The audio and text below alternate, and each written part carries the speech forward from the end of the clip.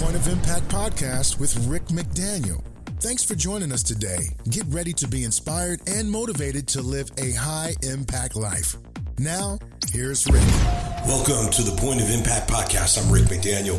Great to have you with us again today. We took a 1-week break for Thanksgiving, and we are back at it, and we will finish up focusing on problems this week and next week. Then we'll do a special 1-week episode on finances, and then the last of the year we'll put something together for you to launch you into the new year with some good concepts and thoughts to put into place for the new year. We'll take a week off at the Christmas time, and actually after Christmas, between Christmas and New Year's, and then come back and focus on a new theme on time, the value of time. How can you use your time most effectively? Stuff near and dear to my heart. I'm going to write a book on it someday. The time of your life, you just get this one life, your one and only life, and how can you use your time in the best possible way? So we'll get to that in the new year, 2024, but we've still got another month of 2023, and we're going to finish strong and talk today about some principles for problem solving.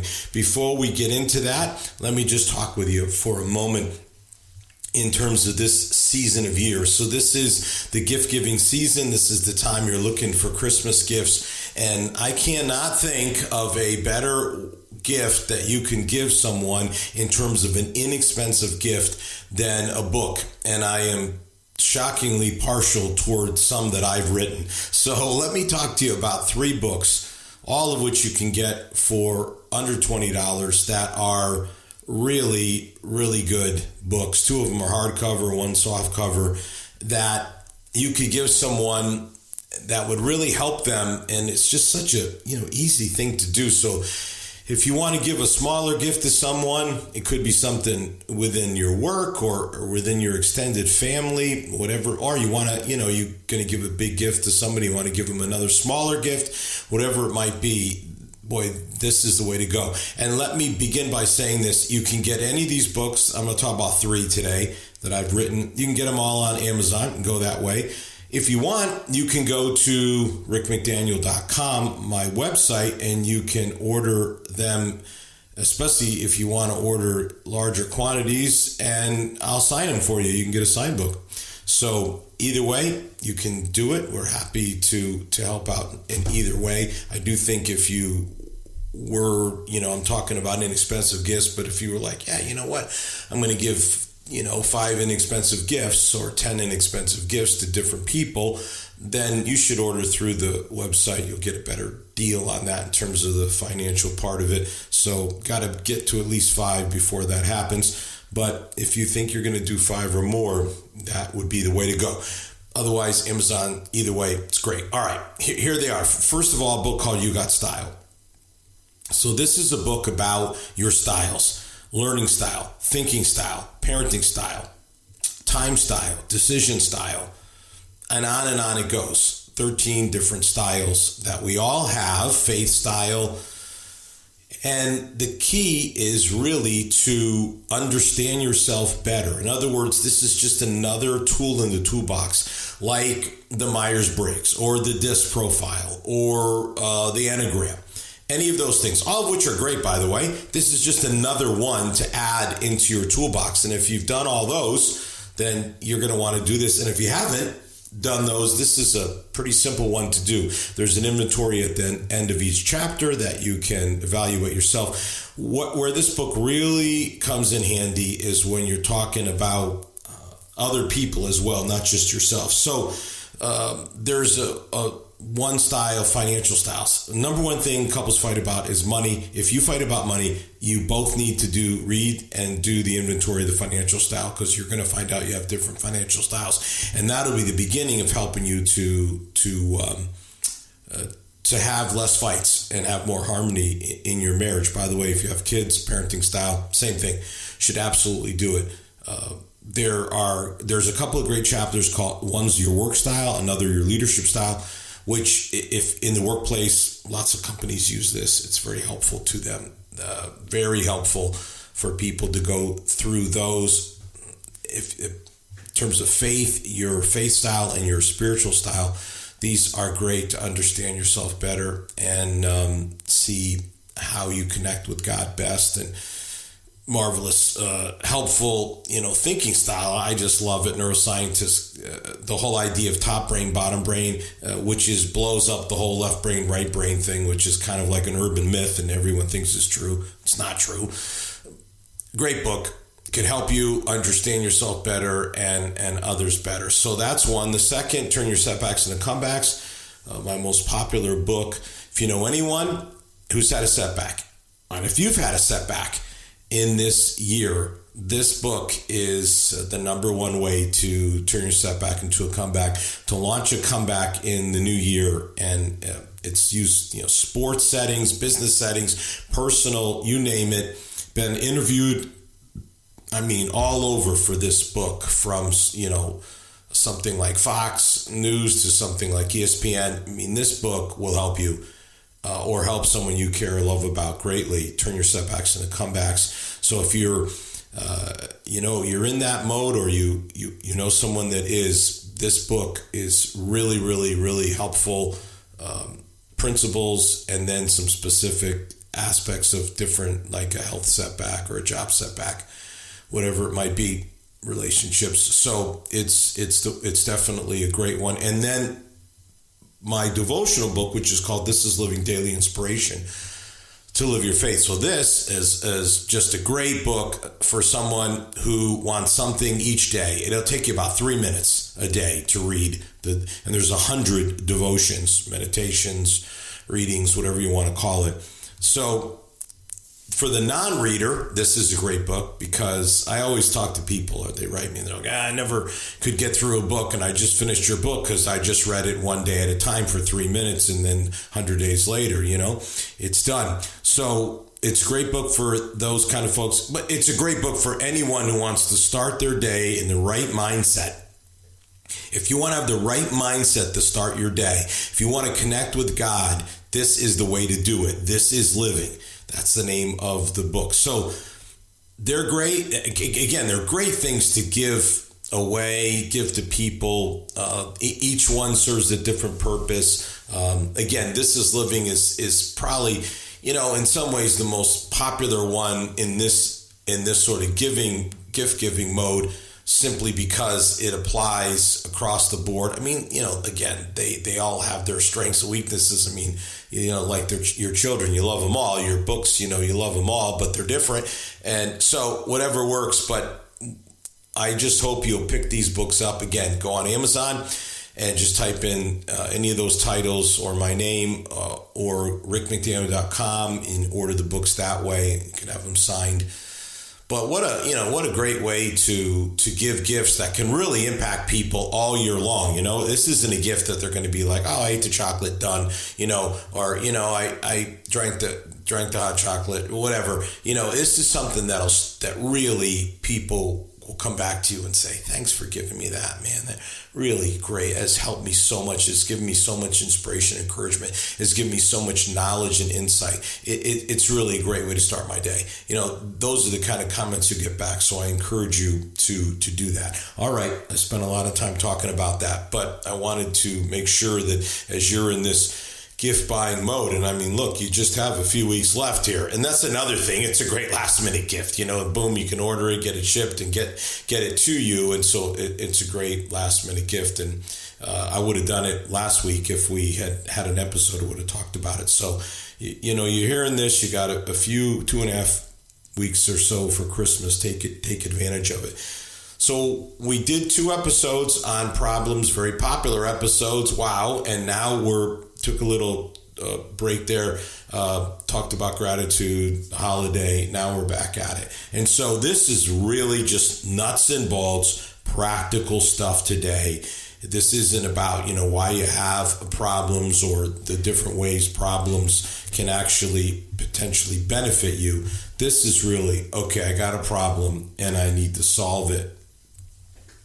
And, when I say that, it just makes me laugh. I always think of, Vanilla Ice, you got a problem, yo, I'll solve it. You got a problem, yo, I'll solve it for you today. I'll help you to to put the principles into play. Ice, ice, baby. All right.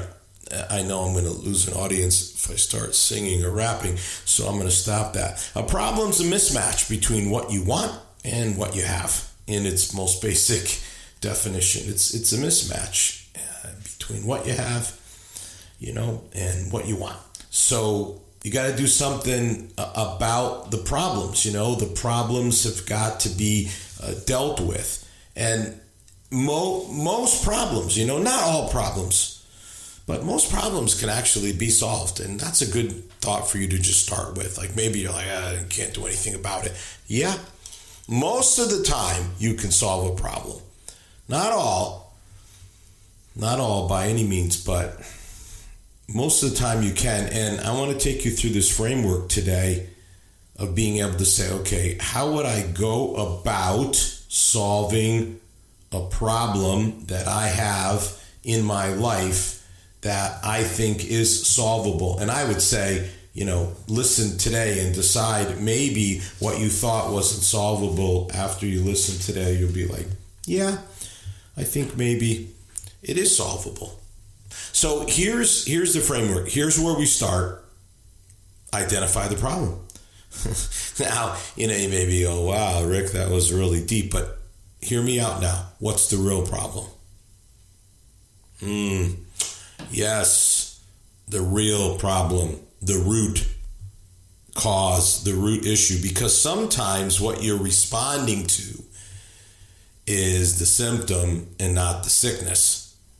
And you've got to get past the surface and dig deeper to find out what the real problem is, because you can't solve it just like a sickness. If you keep treating the symptoms, you're not going to heal the sickness. So you don't want to be in a situation where you're like, this problem's unsolvable. Well, maybe because you've been trying to solve what isn't the real problem.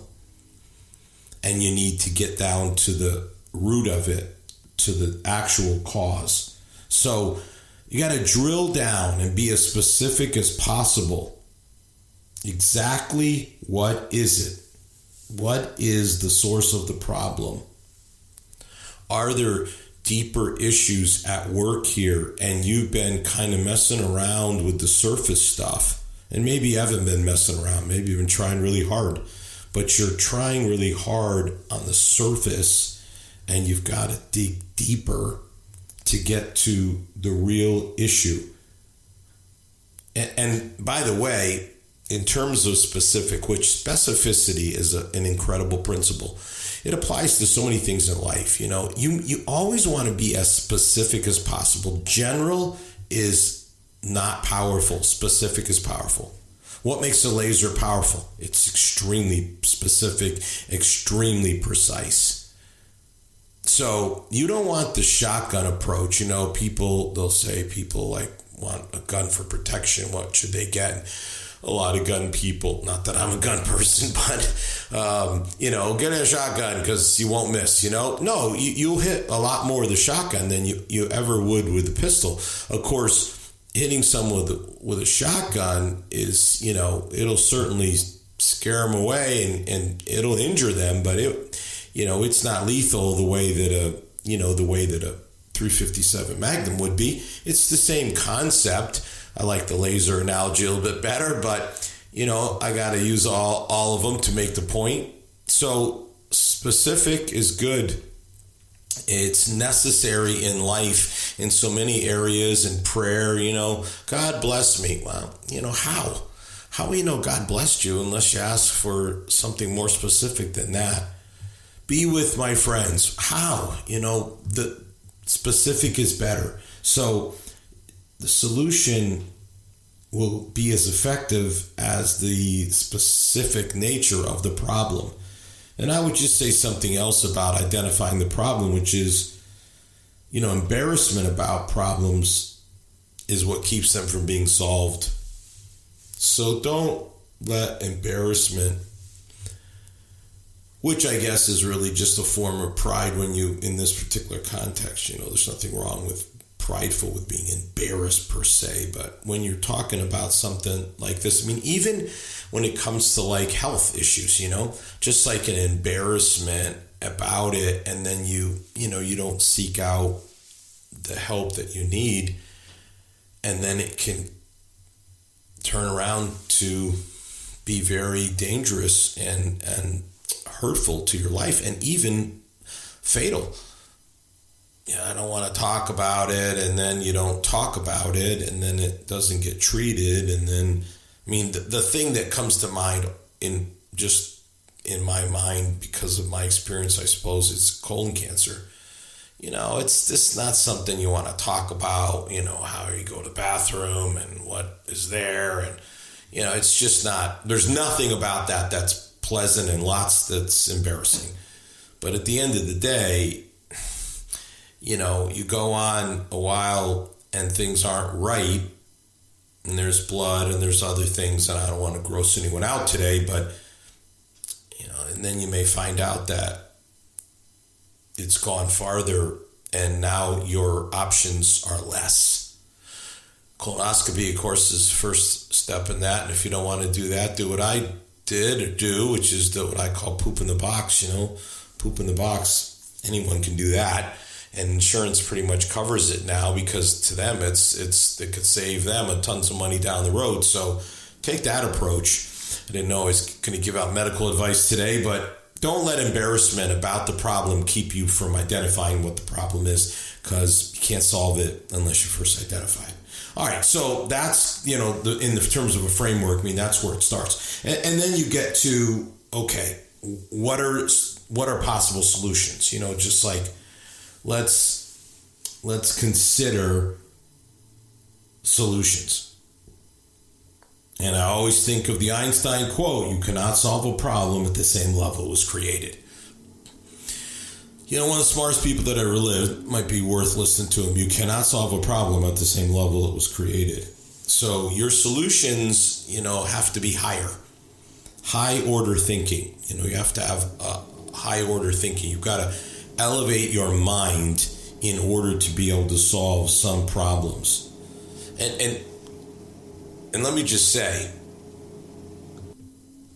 blaming others just in terms of how you solve problems, that's not a solution. I mean, people may be to blame, but if you're going to solve a problem, you don't solve it by blaming other people, because that doesn't change the problem. So blaming others doesn't, and let's just talk about some other just hindrances right now.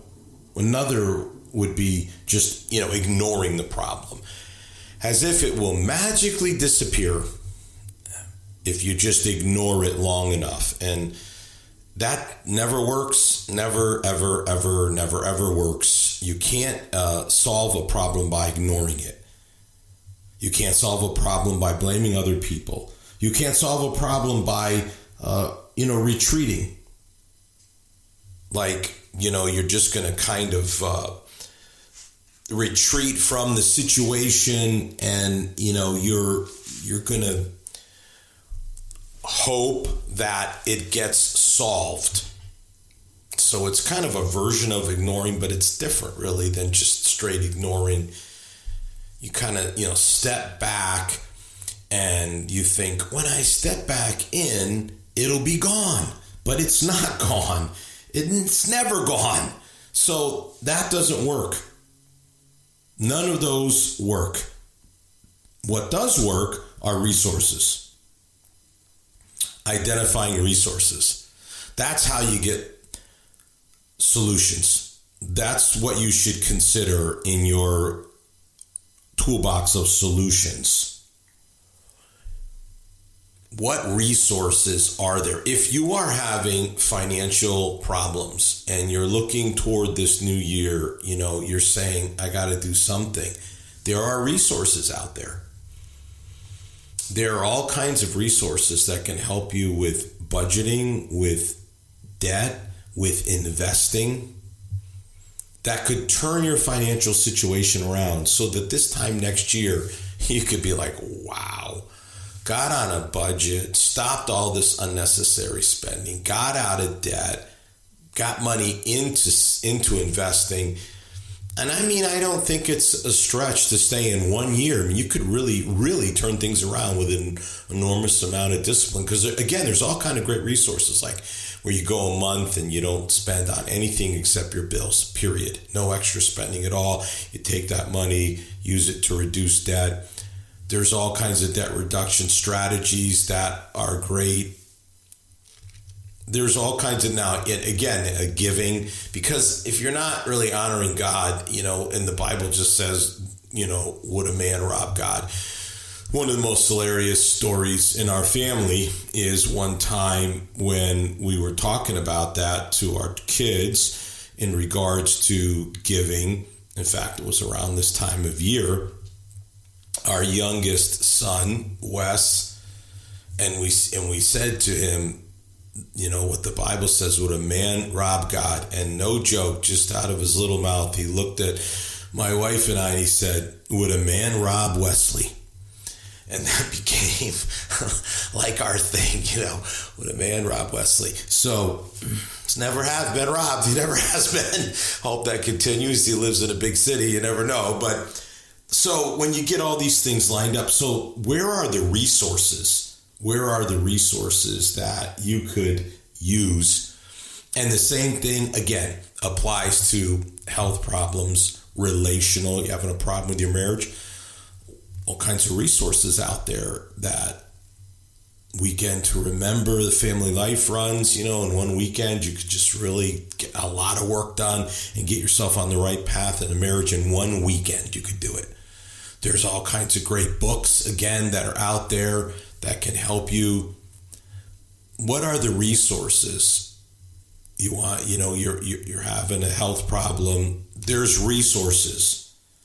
Identify what the resources are so that you can take advantage, wise counsel from your pastor or other people that have lots of wisdom and knowledge that they can impart to you, and you want to take advantage of that. So. And then, of course, whenever you're thinking about solutions, you always have to consider the responses and reactions of other people are involved. You've got to take that into consideration. What's going to be their response to what I am implementing? Like, again, the 30-day no spend. So, again, I think it's a great thing to do. It's eye-opening, but you got to communicate that to your family. This is what's going to happen for the next month. You just don't spring it on them. You got to consider the pushback, and then you got to figure out, how can I communicate that we need to do this and it's going to be good for us. All right, then the next is implementing the solution. So you've considered solutions and you've chosen one. You've chosen one. You've identified what you think is the most effective solution for the problem. Now you've got to implement it. You've got to act on it. You've got to create, some type of schedule for how it's going to be implemented.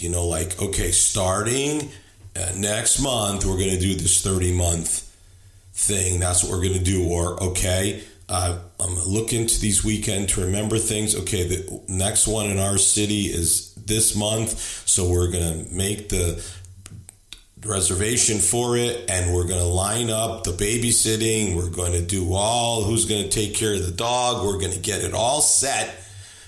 You got to put all the things in motion for that to happen. Could be something with your health, and you can just say, all right, I'm going to start shopping differently at the store, or start eating differently, start using that gym membership that we have.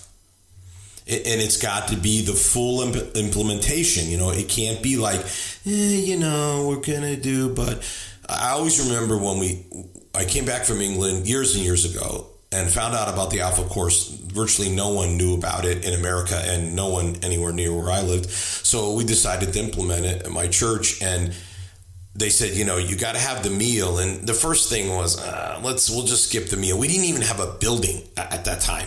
How are we going to have a meal? We don't have a kitchen or anything. And I wanted to, do that. And they're like, don't change anything. Do it exactly this way from start to finish. So we met literally in like the cafeteria of a school. Used their kitchen, not to cook in, but, it gave us like a way to bring the food in and distribute it. And we did it exactly the whole program from start to finish, from the first minute to the last minute, exactly the way they had successfully done it for years in England. And man, it was hugely successful.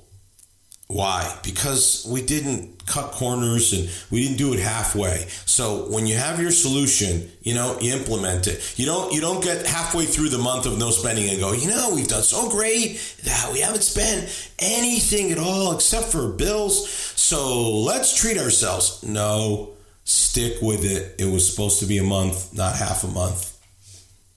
Do it to the end. And then the final part of this framework is evaluation, Did it solve the problem? Are you on the way to solving the problem? What happened? We went to the weekend to remember, and now a lot of things are a lot better in our marriage. A lot of things happened that weekend, and, problem solved in the sense of the perfect marriage, no, but problem solved in terms of we were moving in the direction of divorce, and we're not there anymore. 1 month not spending any money except any extra money whatsoever, and we saw how much money we spend on eating out and just all these things that we just sort of $5 Starbucks and boom boom boom, and all of a sudden we're like, wow, we have more money than we thought we had. In money, you got to, when it comes to finances, it's really, I don't have an economics degree, but I've run a few things with some big budgets. I have a pretty good understanding how this works. And here's a newsflash. Either you have to increase your income or decrease your expenses. That's how it works. That's how you get things on track. That's how you solve the financial problem. And of the two, increase or decrease, for most people, they can decrease easier or quicker than they can increase. That doesn't mean that you shouldn't try to increase, by the way. That's what side hustles are all about. That's what investments are all about. There's a whole lot of ways to do it. But decreasing is a faster, maybe a more short term. So then the next thing is, understand adjustments may be necessary to your solution. In other words, as you look at it all and you say, okay, this is where it's working, but this is where it's probably, if it's going to go long-term, if it's a long-term solution, then this is going to need to be adjusted. Or this is really like a solve this problem and end it short-term, which means we're going to have to up the ante here. It's going to have to get more severe or more intense or more commitment in order for it to happen. So you have to go through that evaluation process.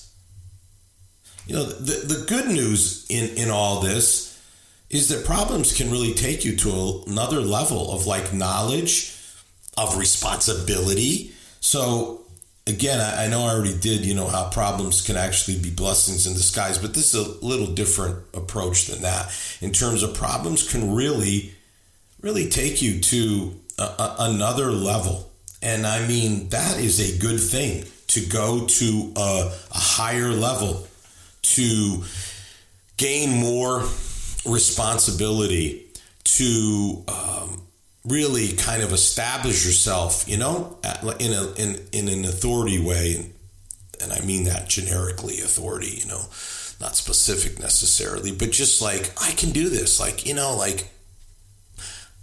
solve problems. And I solve this problem, and I can solve other problems because I have a framework for how I'm going to do it. I'm just simply going to apply the framework to this next problem that I run into. So again, I'm not saying every problem can be solved, but I am saying most can, and more probably can be solved than you think. And you kind of just given up before you've really place this framework over it and really just apply it and see if you can't come to a place where you can solve the problem and, make your life a lot happier, a lot more peaceful, less stressful, whatever the case may be, however you want to define it. I think those are potential outcomes that can take place if you will put this framework into your life and say, I'm going to take on these problems, I'm going to solve these problems, and it's going to make my life better. Have a great week. You've been listening to the Point of Impact podcast with Rick McDaniel. Thanks for tuning in, and we look forward to you joining us for our next episode.